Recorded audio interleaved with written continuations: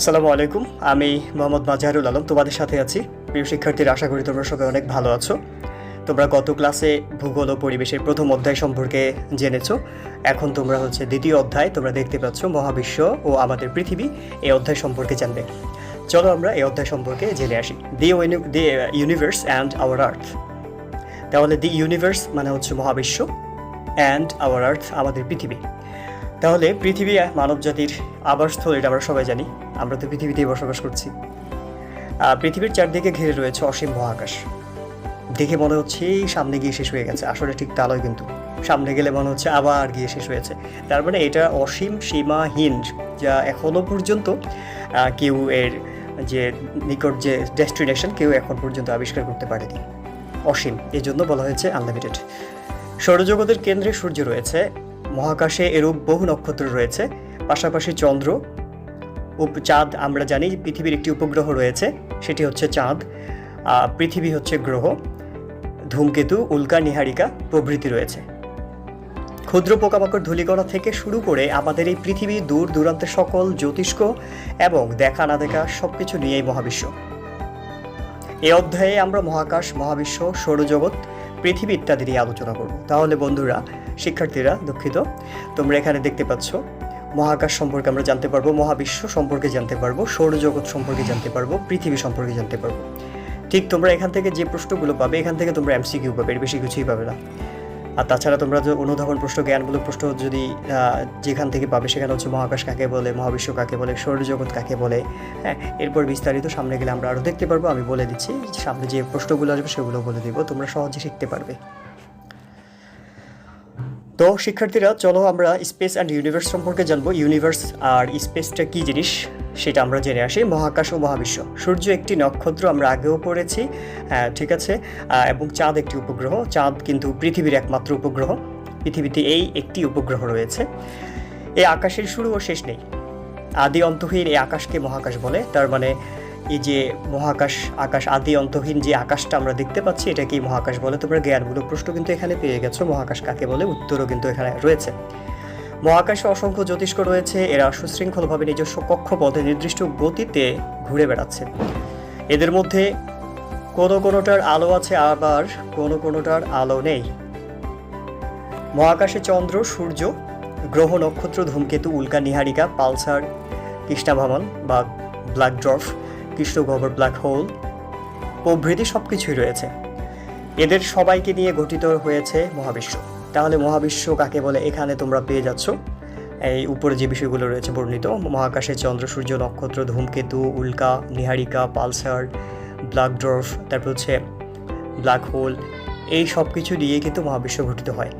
মহাবিশ্ব যে কত বড় তা কেউ জানে না। এটাকে ইনফিনিটি বলা যেতে পারে, অসীম মানে শেষ। এর কোথায় গিয়ে শেষ হয়েছে আমরা বলতেও পারবো না। বিজ্ঞানীরা কিন্তু আজ অব্দি, বিজ্ঞানী যারা রয়েছেন, যারা স্পেস নিয়ে রিসার্চ করেন, তারা এখন অবধি রিসার্চ করে যাচ্ছেন, কিন্তু তারা গন্তব্যস্থান এখনও খুঁজে পাচ্ছেন না। মনে হচ্ছে যেন যাচ্ছে আরও ভিতরেই চলে যাচ্ছে, এরকম শেষ নেই। কেউ জানে না মহাবিশ্বের আকার ও আকৃতি কেমন। অনেক বিজ্ঞানী মনে করেন মহাবিশ্বের শুরু ও শেষ নেই। অনেকেই বলেছেন, দেখো বলেই দিয়েছে যে শুরু আছে, শুরু আর শেষ কোথায় হয়েছে আমরা জানি না, শেষ নেই, তার মানে নেই। আবার কেউ কেউ এখনও বিশ্বাস করেন মহাবিশ্বের আকার ও আকৃতি আছে। মানুষ প্রতিনিয়ত মহাবিশ্ব সম্পর্কে নতুন নতুন তথ্য আবিষ্কার করছে। এর অনেক কিছুই এখনও অজানা রয়ে গেছে। এই অজানা হয়তো চিরকালই থাকবে। হ্যাঁ, অবশ্যই চিরকাল থাকবে। যতক্ষণ পর্যন্ত না বিজ্ঞানীরা এর ডেস্টিনেশন সম্পর্কে জানতে পারছে, ততক্ষণ পর্যন্ত কিন্তু এই অজানা বিষয়টা অজানাই থেকে যাবে। যদি জানতে পারে তাহলে পৃথিবীবাসীও জানতে পারবে। নক্ষত্র, আমরা এখন নক্ষত্র সম্পর্কে জানবো, যেটাকে স্টার্স বলা হয়ে থাকে। যেসব জ্যোতিষ্কের নিজের আলো আছে তাদের নক্ষত্র বলে। তার মানে যে জ্যোতিষ্কের নিজস্ব আলো আছে তাকে নক্ষত্র বলে। মহাকাশে অসংখ্য নক্ষত্র রয়েছে। খালি চোখে আমরা মাত্র কয়েক হাজার নক্ষত্র দেখতে পাই। তার মানে অসংখ্য রয়েছে, শেষ নেই, অসংখ্য, অনেক অনেক, যেটা আমরা খালি চোখে মাত্র কয়েক হাজার দেখতে পাই। এদের কয়েকটি পৃথিবী থেকে শক্তিশালী দূরবীক্ষণ যন্ত্রের সাহায্যে দেখা যায়। নক্ষত্রগুলো হলো জ্বলন্ত গ্যাসপিণ্ড। আচ্ছা, এখন আমরা জানবো নক্ষত্রের যে জ্বলন্ত গ্যাসপিণ্ড, কী গ্যাসগুলো রয়েছে সেখানে। এরা হাইড্রোজেন ও হিলিয়াম গ্যাস দিয়ে তৈরি। এই গ্যাস অতি উচ্চ, প্রায় 6000 ডিগ্রি সেলসিয়াস তাপমাত্রায় জ্বলছে। তার মানে অনেক অনেক বেশি তাপমাত্রা, 6000 ডিগ্রি সেলসিয়াস তাপমাত্রা। তা অনেক বেশি, এই অবস্থায় কিন্তু জ্বলছে, তার মানে এই তাপমাত্রায় প্রজ্বলিত হচ্ছে। সূর্যের প্রখর আলোর জন্য দিনের বেলায় অন্যান্য নক্ষত্র দেখা যায় না।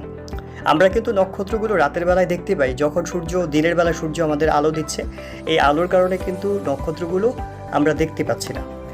পৃথিবী থেকে দেখলে মনে হয় নক্ষত্রগুলো যেন একই সমতলে অবস্থান করছে, মনে হচ্ছে যে একই একটা সমতল সারফেসের উপরে সবগুলো নক্ষত্র রয়েছে, কিন্তু পৃথিবী থেকে এরা বিভিন্ন দূরত্বে অবস্থান করছে। পৃথিবী ও নক্ষত্রের মধ্যে এবং নক্ষত্রদের যে পরস্পরের মধ্যে দূরত্ব এত বেশি যে কিলোমিটার দ্বারা এই দূরত্ব প্রকাশ করা যায় না। তার মানে নক্ষত্রের মধ্যে নক্ষত্রের যে পরস্পরের দূরত্ব রয়েছে সেটা আমরা কিলোমিটার দিয়ে যেমন পরিমাপ করতে পারবো না, কিলোমিটার দিয়ে আমরা শুধু 1 কিলোমিটার 2 কিলোমিটার দূরত্ব যে পরিমাপ করে থাকি, সেটা কিন্তু এই নক্ষত্রের ক্ষেত্রে কিন্তু প্রযোজ্য নয়।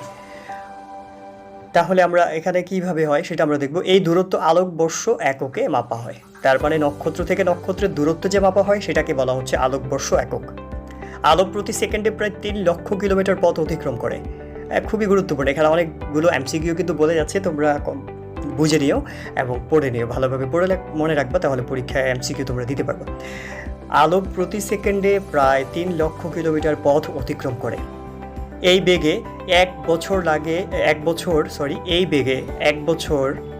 বছরে আলো যে পরিমাণ দূরত্ব অতিক্রম করে তাকে 1 আলোকবর্ষ বলে।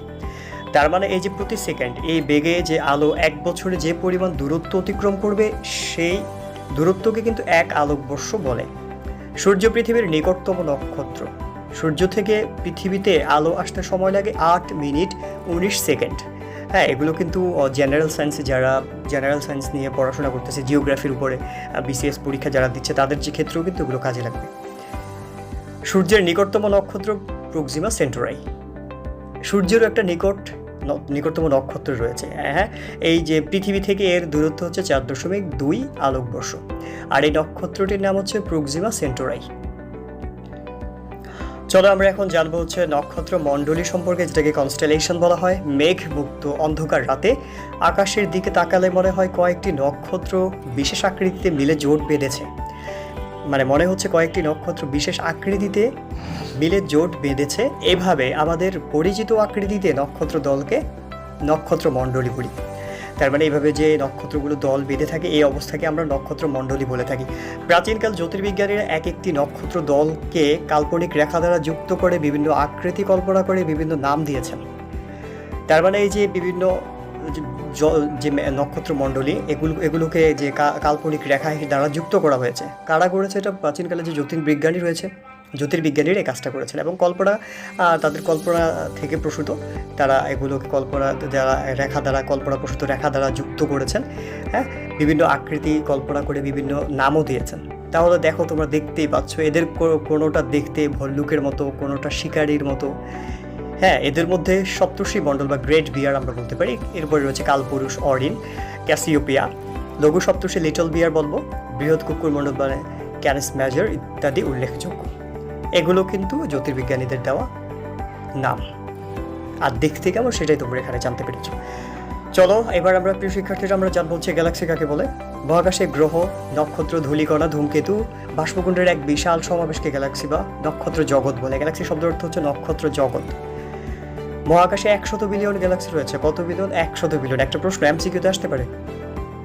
এদের বিভিন্ন আকার আকৃতি রয়েছে, তবে এদের অধিকাংশ সর্পিল আকার বা উপবৃত্তাকার। উপবৃত্ত তোমরা উপবৃত্ত অঙ্কন করে থাকো, জ্যামিতিতে পড়ে থাকো, ওই উপবৃত্তের মতো দেখা যায় আর কি। সর্পিল আকার যে গ্যালাক্সিগুলো আছে, গ্যালাক্সিগুলো হচ্ছে বৃহৎ আকৃতির বা উপবৃত্তাকার গ্যালাক্সিগুলো বেশি উজ্জ্বল। গ্যালাক্সিগুলো হচ্ছে বৃহৎ আকৃতির, আর উপবৃত্তাকার যেগুলো সেগুলো হচ্ছে বেশি উজ্জ্বল। এরা পরস্পর ব্যাপক ব্যবধানে অবস্থিত। এদের যে দূরত্ব ব্যাপক, অনেক বেশি ব্যবধানে অবস্থান করছে। কোনো একটি গ্যালাক্সির ক্ষুদ্র অংশকে ছায়াপথ বলে। কোনো একটি গ্যালাক্সির ক্ষুদ্র অংশকে ছায়াপথ বলে, এটা মাথায় রাখতে হবে। ছায়াপথ কাকে বলে পরীক্ষায় আসবে, জ্ঞানমূলক এসে থাকে, অথবা তোমরা এমসিকিউতেও পাবে, অথবা এখানে যে বিষয়গুলো আমরা বলেছি উপবৃত্তাকার গ্যালাক্সিগুলো বেশি উজ্জ্বল, সেটাও তোমাদের পরীক্ষায় আসতে পারে, এমসিকিউতে পাবা। আচ্ছা।